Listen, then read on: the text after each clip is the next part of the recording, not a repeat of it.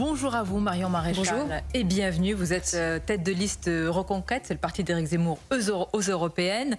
Marion Maréchal, tandis que le projet de loi immigration est en débat au Sénat, vous avez proposé un référendum d'initiative partagée sur l'immigration en appelant les partis de droite à se mobiliser, à mobiliser leur électorat. À l'instant, réponse d'Éric Ciotti qui dénonce une proposition, je cite, qui n'est pas réaliste, qui n'est pas sérieuse et qui serait même anticonstitutionnelle. Est-ce que ça fait... Alors, cette initiative a au moins le mérite de faire tomber les masques. C'est-à-dire, de quoi parlons-nous? Aujourd'hui, nous avons 65% des Français qui veulent un référendum sur l'immigration.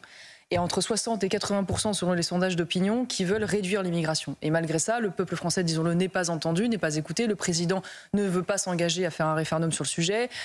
Pardonnez-moi, hier, il a envoyé une lettre en indiquant sa volonté d'ouvrir le champ du référendum question de société. Il tourne autour sans jamais expliciter clairement, en effet, qu'il souhaite ce référendum. Il ne s'y est pas engagé malgré les demandes de certains partis.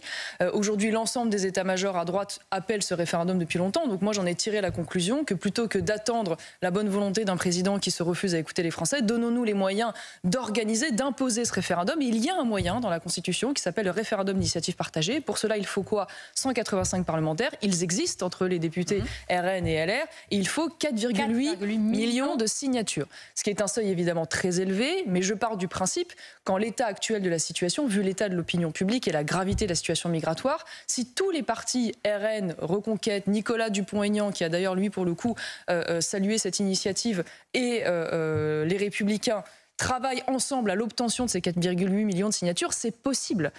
Et ce que je regrette... Pourquoi ils ne le veulent pas, Marion Maréchal? Éric Ciotti donc dit non. Du côté du RN de Jordan Bardella, on vous dit mais nous allons proposer justement et apporter cette proposition le 17 novembre. Les électeurs en tireront toutes les conclusions, mais je pense que derrière ça, il y a un réflexe politicien et je le regrette parce que je crois qu'on devrait, sur un sujet aussi essentiel et aussi vital, mettre de côté les petits esprits de boutique. Et moi, ce qui me désespère avec Éric Ciotti, c'est que j'ai retrouvé des déclarations de lui pas très lointaines. Je pense à des déclarations en août dans un meeting à Canet, où il disait lui-même qu'il fallait un référendum sur l'immigration. Il a manifestement changé d'avis. Quant à Jordan Bardella, il n'a pas eu encore de réponse officielle. Donc vous ne vous faites pas beaucoup de doutes à mon avis. Oui, mais ce que je trouve regrettable, c'est que nous avons Jordan Bardella qui a demandé au président de la République un référendum. Moi, j'ai davantage confiance dans la capacité du peuple français à se mobiliser pour avoir ce référendum que dans ce président de la République, voilà, qui jusqu'ici n'a jamais voulu aller dans cette direction.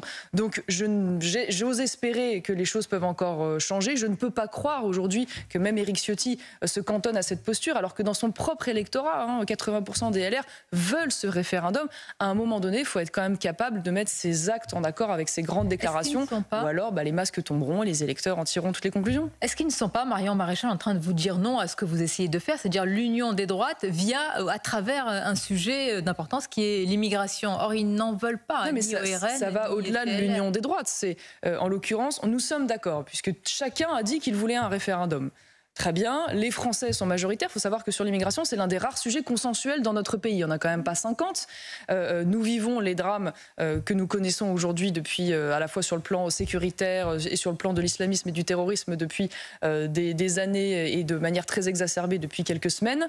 Donc moi, je veux simplement nous donner les moyens d'agir. Voilà, tout simplement. Ce projet de loi aujourd'hui qui arrive à l'Assemblée nationale m'apparaît et apparaît à beaucoup... Au Sénat d'abord et à l'Assemblée. Tout à fait m'apparaît insatisfaisant.